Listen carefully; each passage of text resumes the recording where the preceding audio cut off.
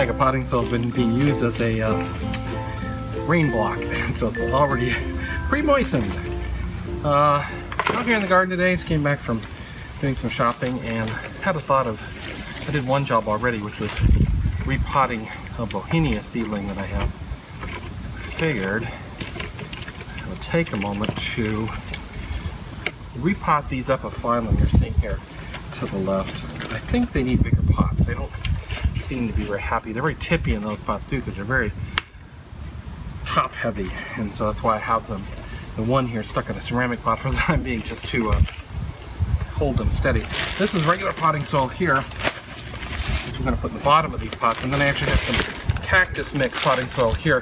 Cactus mix is designed to be more free draining, which of course cactus and succulents like. So forgive me if you post a comment. I can't see right now, the camera's up on a stepladder in front of me there, and I'll go take a look at it in a minute and see if anyone said anything. But again, this is pretty damp soil too, because of the using it as a water break. The garden is not graded properly at the back of the house, and so during particularly heavy rainstorms, water can build up on the porch and want to roll into the garage. So I just have to front of the garage door. That's so gritty. It's amazing. The cactus compost is just so gritty. It's almost half grit, really, and not much soil at all. But that's good. That's what these will want for their drainage. I realize epiphyllum aren't terribly prickly, but they do have some small spines on it, so I'm going to go get a pair of gloves real quick to hold on to those while I do this.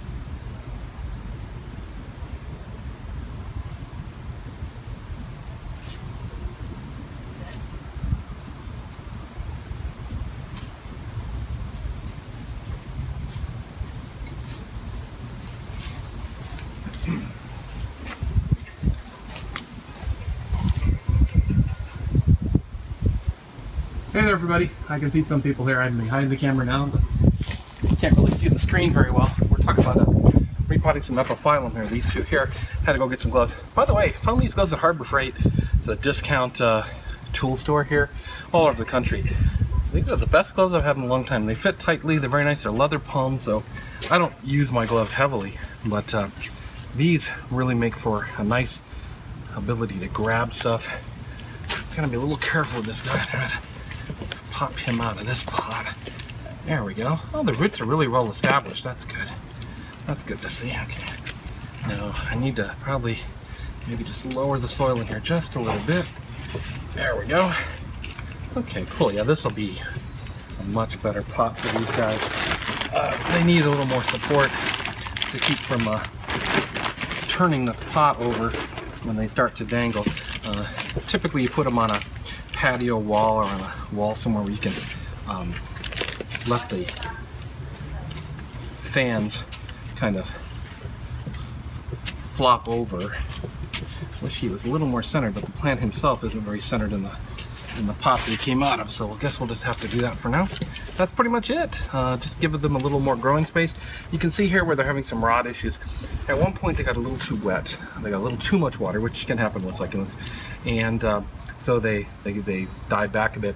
But these three right here are brand new fans, I guess, or whatever you call them, or limbs or leaves coming off the epiphyllum that are looking really healthy. And that's one other reason why I wanted to get these nice and repotted up, and I'll hang them off the edge of the table just like that.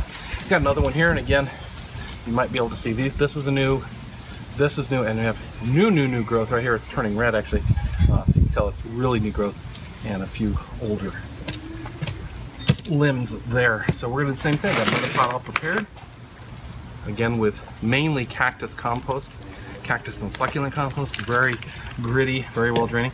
I don't know if you can see that at all, but there's some nice roots all the way at the bottom of the pot. So it does show that these were ready to be repotted. They had started to reach the bottom of the pot, and that's always a good sign that it's time to redo. Now, you may have noticed this fan fell off. That's not a horrible thing, actually. What I'm going to do is I think I'm going to take a cutting of him, which is how you propagate a phylum, and see if I can get him to root. I'll do that a little bit later. We'll get him planted up here first. This is a limb that broke off due to the weight and not being supported properly. So another reason to get these repotted. But they do tend to root quite easily from cuttings like that, leaf cuttings, I guess you call them. In fact, that's how I got these original plants. My friend gave me leaf cuttings off of hers after I admired them and admired some other epiphyllum at the Southern California Spring Garden Show over the course of a couple of years.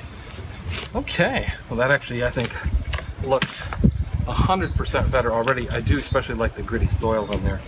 I think that I'm making a mess of myself here. It's part of working in the garden.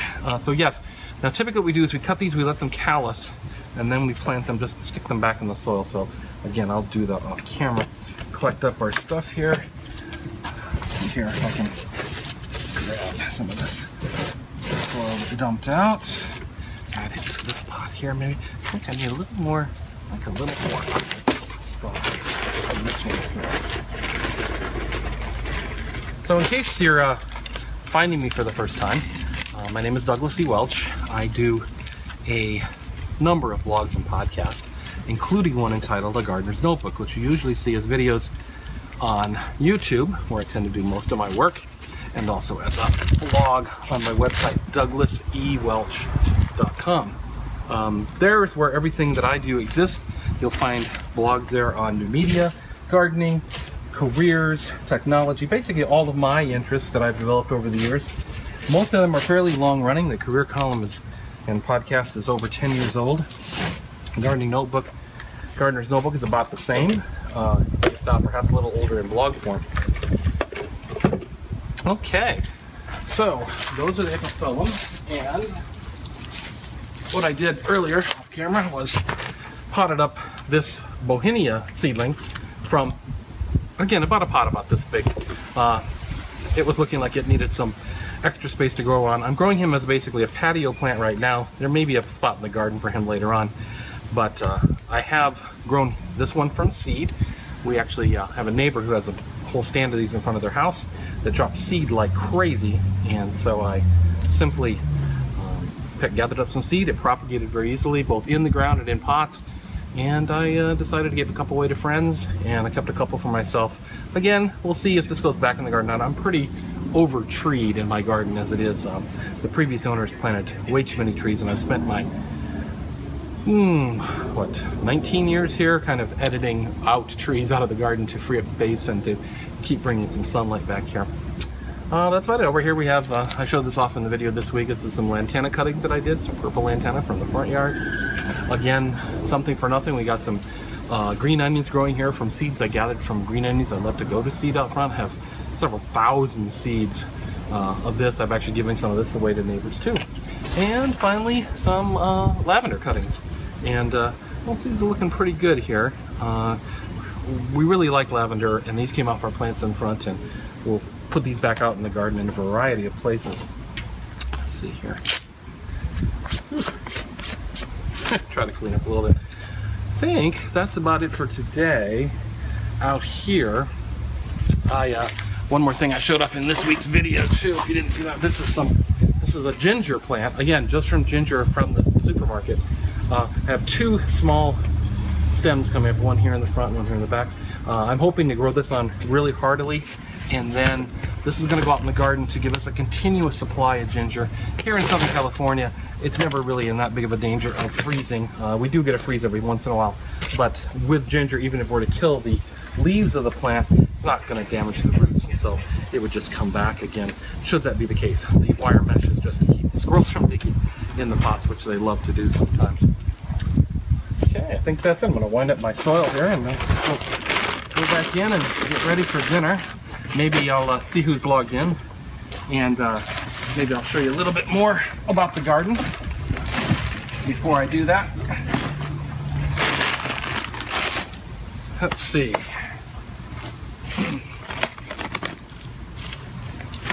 Okay.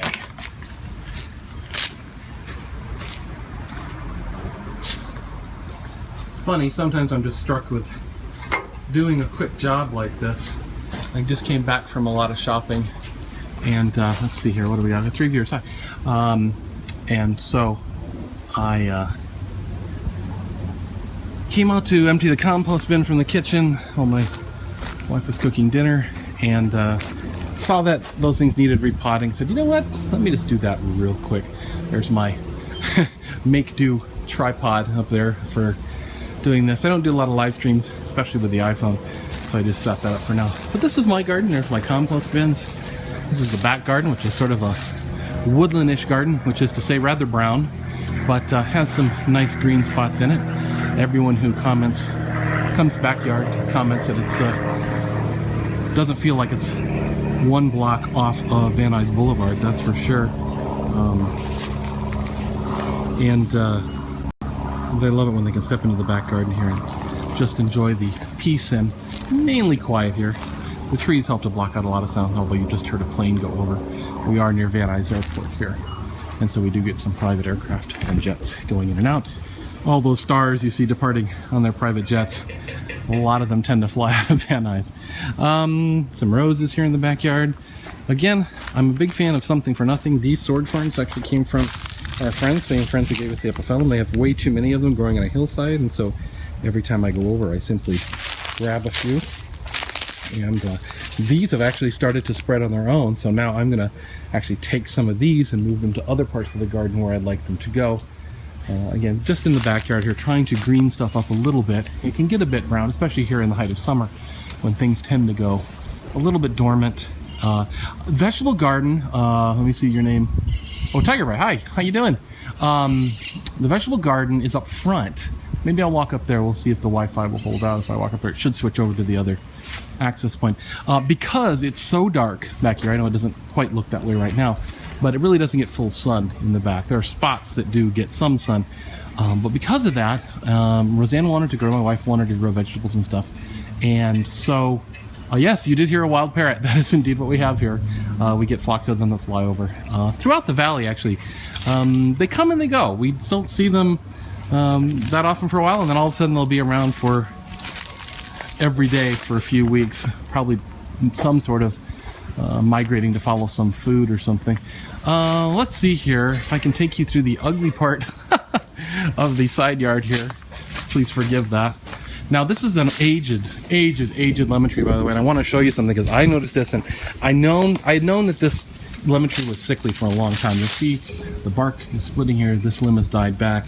Bark is splitting badly, and now I've noticed at the bottom it is actually weeping down here, and that is not a good sign. That's under attack from some form of disease or insect. I'm not really going to do much with it. It has never thrived here. It's in a way too shady area, so we'll probably eventually get rid of this one. It's doing well. We actually had a couple fruit off it this season, so I mean, as long as it wants to hang around, I think we'll leave it hang around. You see a little chloriosis here in the leaves, so it doesn't quite get the right nutrients either. But there's something that goes on in my garden here. We'll walk you down the alley because Tiger Bite wanted to see the vegetable garden, so we will walk out to the front yard here.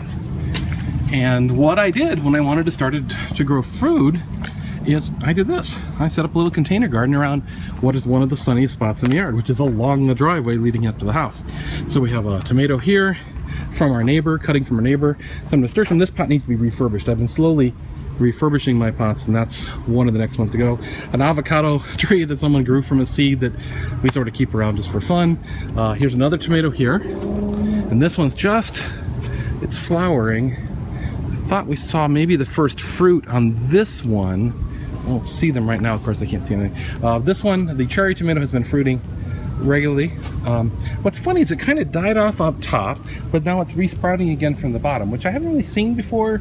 I don't know if it's stress related or if that's just what this type of cherry tomato wants to do. Have the soaker hose there running through each of the containers, watering the containers and the ground below, because there is some roses still in the soil here as well. This is some lemon thyme. I had some peppermint in here. I need to, again, refurbish kind of half of this pot with another herb. And then these are the green onions. Yes, those are green onions, if you can believe it or not, that I let go to seed. And it looks like they're actually throwing off yet another generation of leaves to flower again. Here's a flower over here, which you might be able to see. If you look closely there, you see little black dots on the end. Those are some of the seeds that are still held in there. This, I have to take the seed head and pop it off, and I have a bag that I've been shaking them into and basically harvesting them that way, and ended up with several thousand seeds. There's some more. See if I can get that out in the sun. There we go. There's some more there. I tested them. I did a test of my own. I put them in a container and made sure they were in a spot where they got watered and attentioned every day. And sure enough, they all sprouted. That was on the back bench. I showed very quickly what I had done there. I have a hard time seeing the screen. Forgive my Dutch angles there on this camera while I read the chat. And finally, for our food, I found that this bed over here, which used to have roses in it, but underwent kind of a turmoil during a sewer project, and the roses were all lost.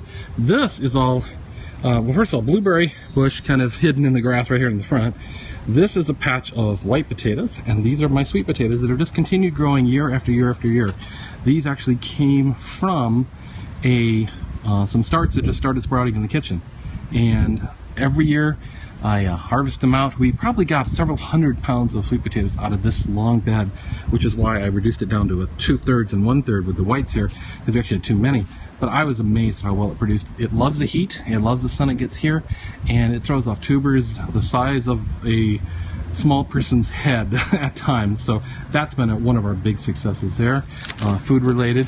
We have strawberry that I grew off of some runners that it's starting to slowly establish here, but it's probably won't get going until we get more rain.